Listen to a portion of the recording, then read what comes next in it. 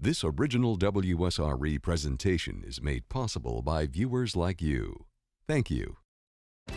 Funding for this program is provided by the Santa Rosa Island Authority, located on beautiful Pensacola Beach, Florida, featuring a wide variety of shopping and entertainment venues, fresh from the Gulf seafood, spectacular lodging, brilliant white sand beaches, and wildlife encounters.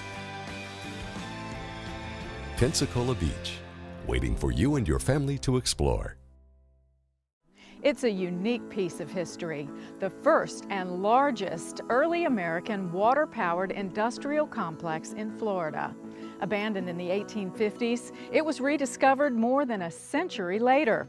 Excavated and now preserved for the education and enjoyment of future generations, it's the Arcadia Mill Archaeological Site. And if you happen to find yourself in historic Santa Rosa County, you'll discover it right in your own backyard.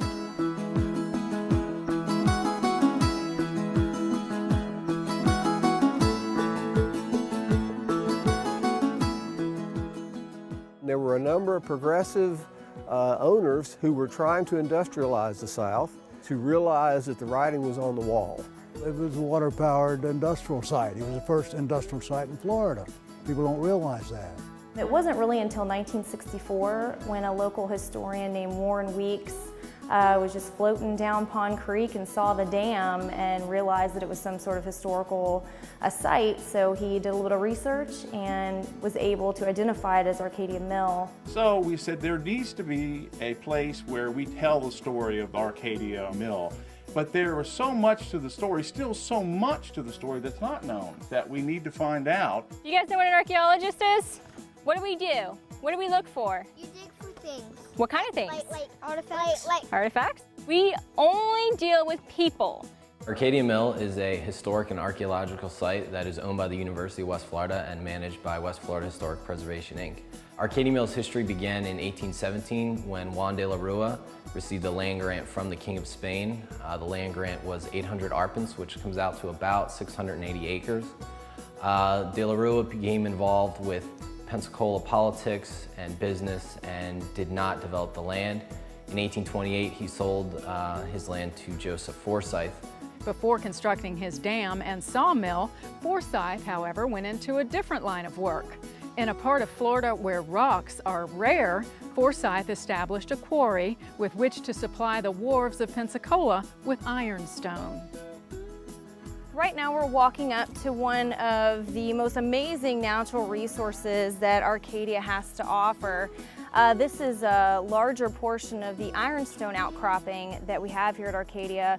A lot of people are surprised when we say that we have natural stone because that's uncommon for Florida.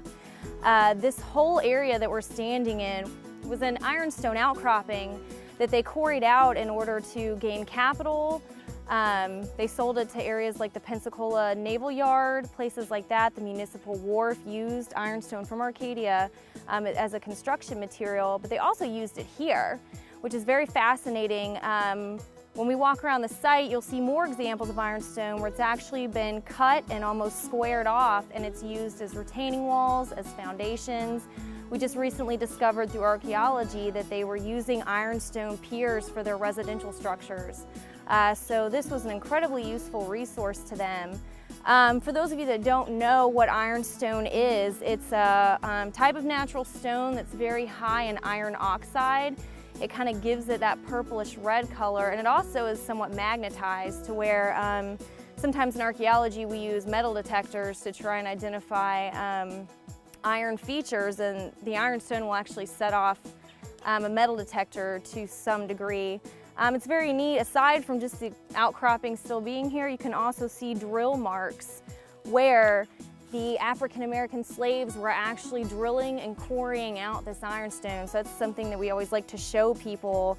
That's kind of a cultural construction that you can still see today in this really dense natural rock.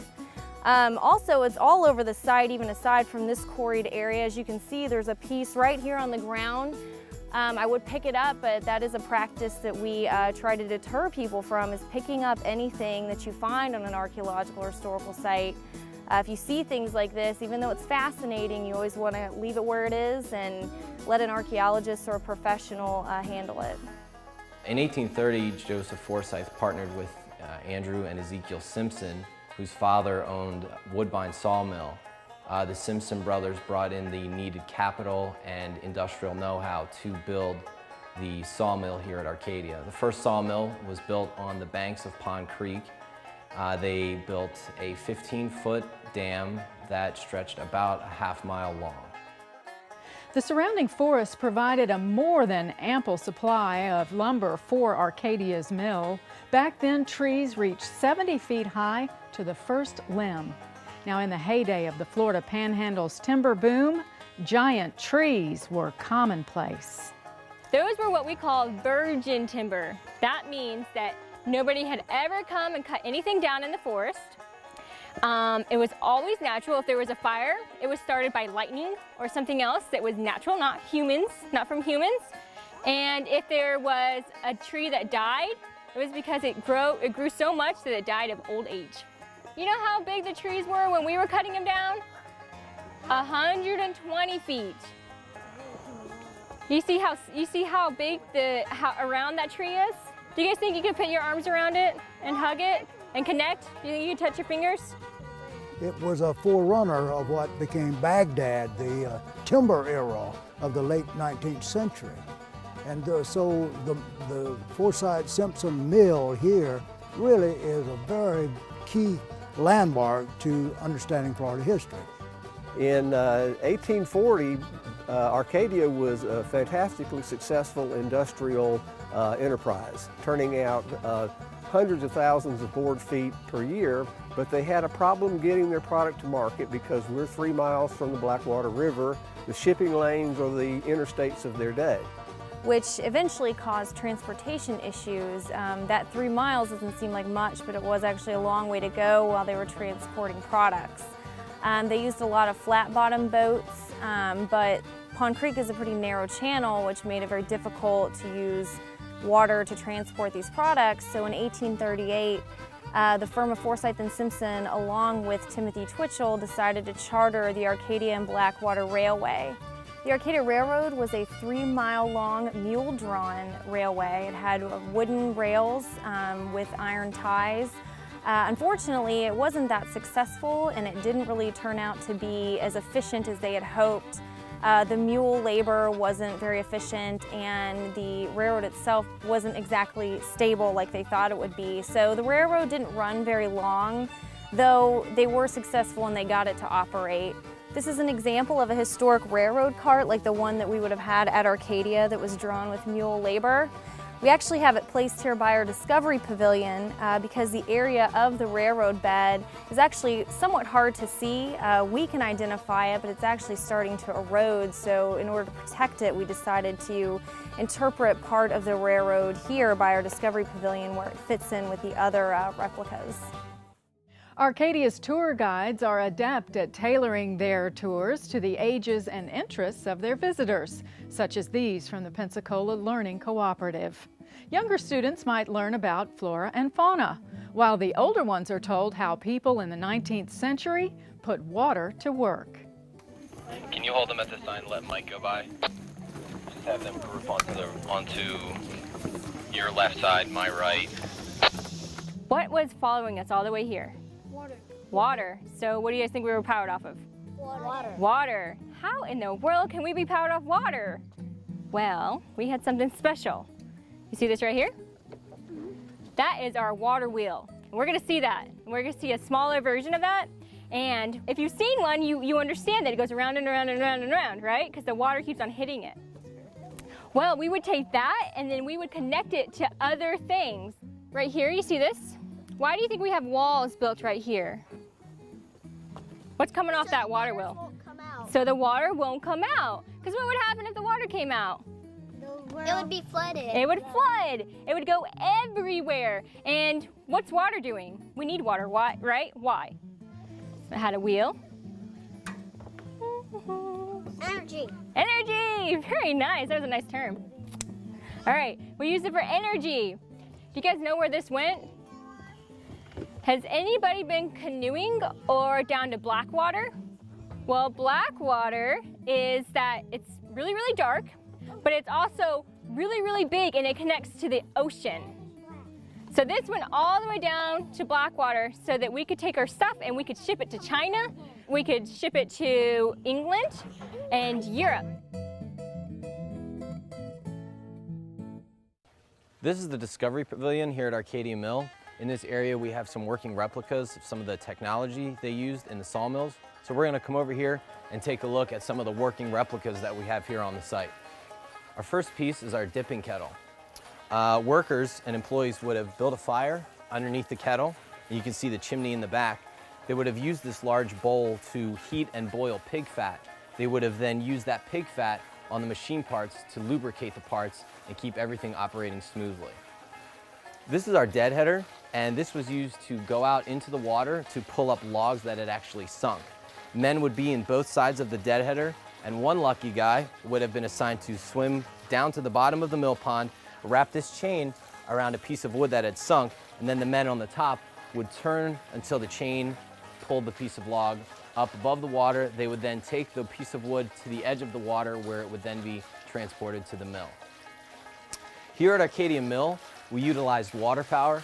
This is an example of a water wheel. This is an overshot water wheel. As you can see, the water is coming over the top of the wheel, falling down and causing the wheel to turn. The power from the water wheel is then being transferred to the saw. Here at Arcadia Mill, we had what's called a vertical sash saw, and this is an example of one here. As you can see, the wood is coming through. It's being cut on two sides. After the wood would be processed, the men would take the piece of wood that had been cut, they would put it back onto the other side of the blades, turn it, and bring it through a second time, and they would create quartered wood. As you can see, all four sides of this piece of wood have been cut off. Our mill produced quartered wood that would be used for posts, much like this one that we see right here. Here at Arcadia, we are lucky enough to have a replica log cart. This cart is a representative of what they would have used while the mills were in operation. As you can see, we have some large wheels on this log cart, and we actually have iron wheel rings. And the reason they put these wheel rings on is the terrain is actually very rough, and these wooden wheels would have broken quite often. And as you can see, these wooden wheels are in segments, so that if a segment of the wheel were to break, they could easily replace it. This ox cart is set up for 2 oxen, which is actually a small team of oxen. Out here we had teams of up to 12 oxen, which would stretch about 15 to 20 feet in that direction. Something else interesting that they did was they would put the lighter oxen at the front of the ox cart so that the drivers would use the light from the moon to see where the lead oxen were actually steering the cart.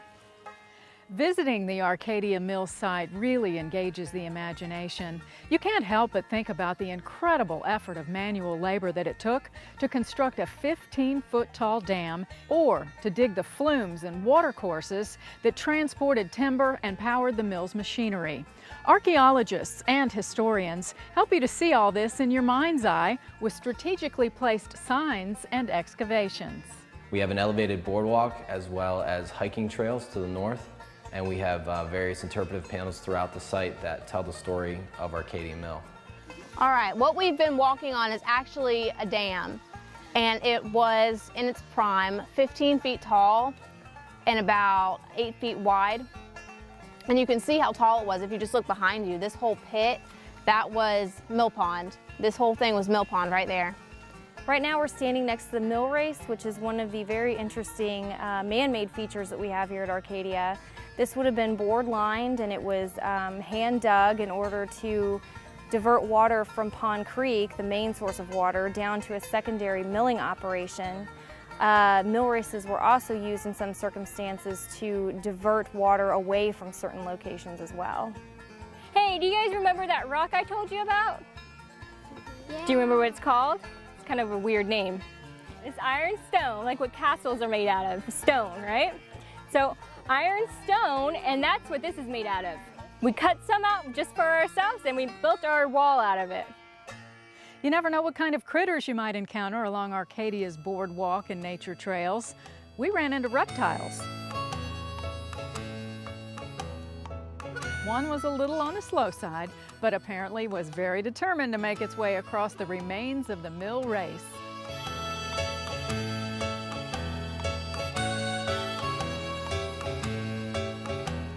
Another, though, was on the slithery side, so it seemed prudent to keep a respectful distance.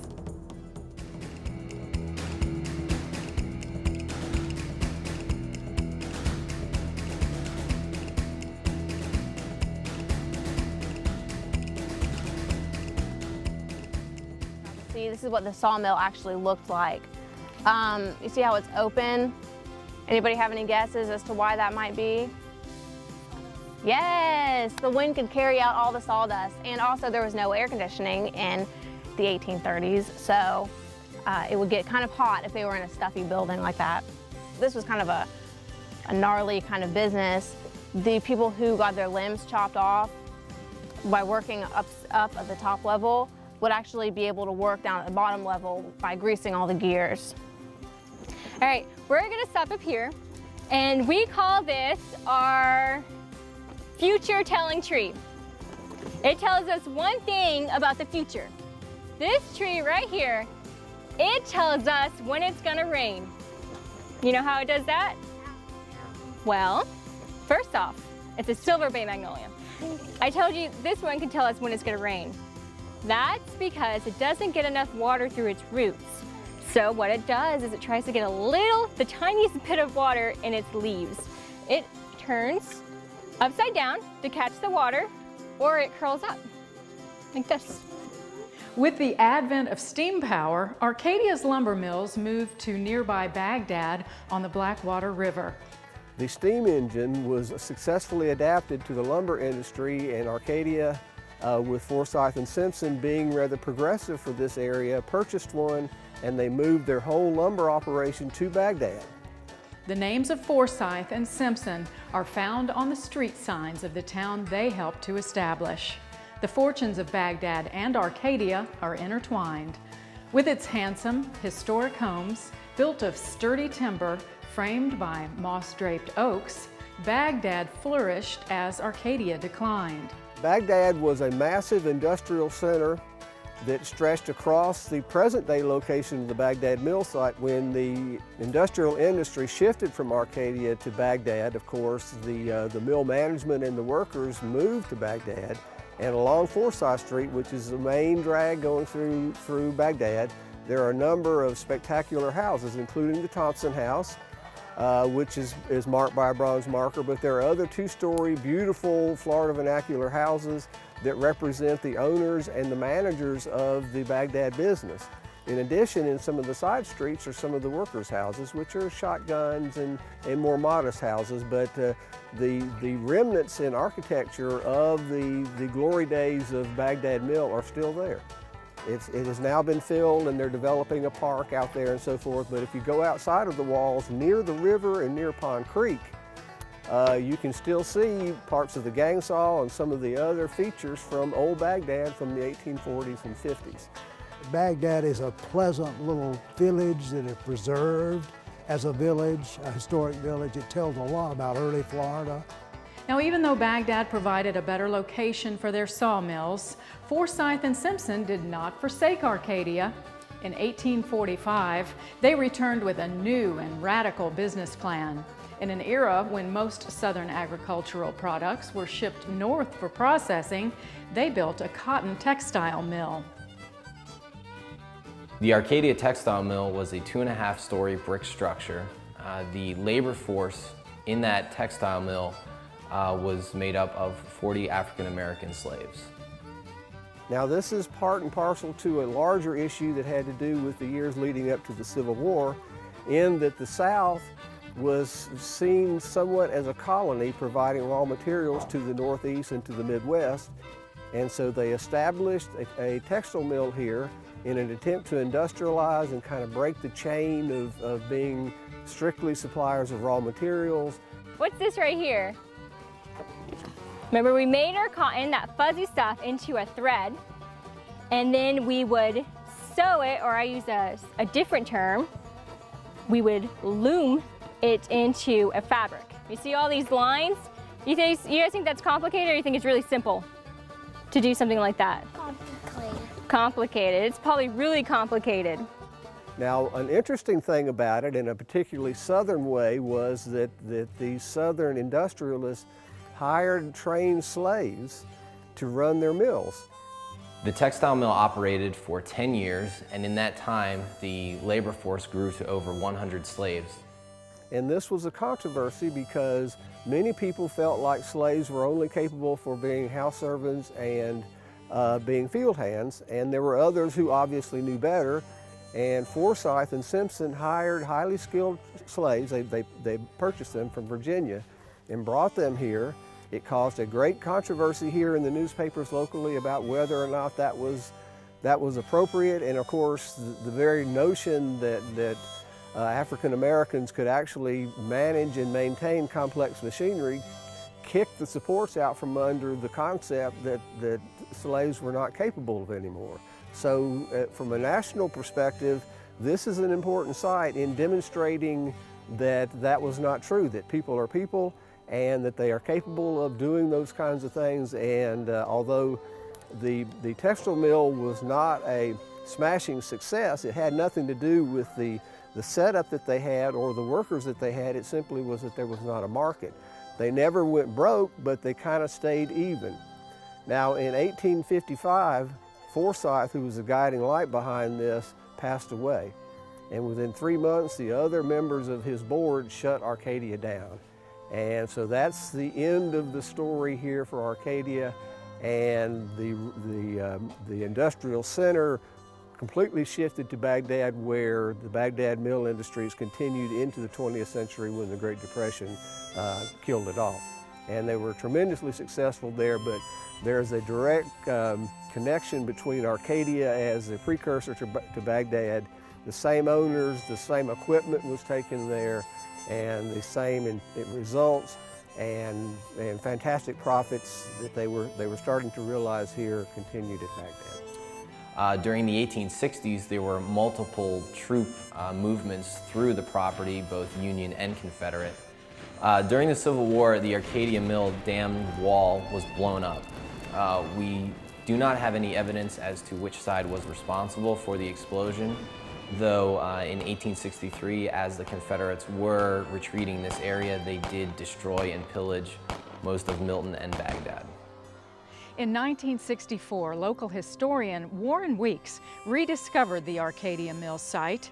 In subsequent decades, the Santa Rosa Historical Society, the University of West Florida, and many volunteers worked together to document the archaeological remains and interpret the site. It was actually being threatened by development. As you see, we have a modern neighborhood that's kind of encroached around us. So it's very important to try and save the property. In the late 80s, 86, 87, when the old Arcadia subdivision began to be developed, the entire area was platted for subdivisions. And some of the local individuals with the Santa Rosa Historical Society, Mr. Weeks and Brian Rucker, realized that Arcadia itself could be threatened by the development. And a series of grants were provided to purchase those lots and those areas so that Arcadia would be preserved. And we've had a wonderful relationship with the community through the years. When a ribbon-cutting ceremony was held to celebrate renovations to the Visitor Center and Museum, it served as a reunion of sorts for the scholars and volunteers who brought the mill site back to life. It's a beautiful day to be here to celebrate the work that we have accomplished at Arcadia Mill over the course of the last 18 months or so. There was so much information that we could add to it that what we decided to do was to take what in essence was originally built as sort of a temporary building to reinforce that building and turn it into an education and interpretive center. And that is what we've done over the course of the last year, and we want to show that to you because it's a major accomplishment. Go. Hey, good. You'll see when you go inside this wonderful renovation that makes this one of the true great cultural and educational resources. This is where industry, hard industry, began in the state of what became the state of Florida, right here on these grounds. and that wonderful trail there. This mill, this idea, this vision that these early pioneers had for Florida, it's all started here. Now it's been preserved as a laboratory for the future. Recently, we have really developed it into a site open to the public. We offer education, we do a lot of field trips. We also host archaeological digs through UWF. So the last 3 summers, we've had students out here digging in the uplands, trying to learn more about the population and the slaves and the Anglo workers and the people that really made this mill thrive. So that's kind of where we are right now, trying to investigate areas that we don't know as much about. And that kind of brings us to present day. We just renovated. We have a wonderful new facility, and we're just looking forward to continuing in an upward direction. But right here in this rural part of Santa Rosa County, you got a site that says this is where industry began in Florida. And now it's preserved. The Arcadia Mill Archaeological Site is located just off US Highway 90 between Pace and Milton in the northwestern Florida Panhandle. From Highway 90, turn north on Anna Simpson Road and follow the signs to Arcadia Mill. We hope you've enjoyed this look at one of Florida's archaeological and natural treasures. We'll see you again next time, right in your own backyard.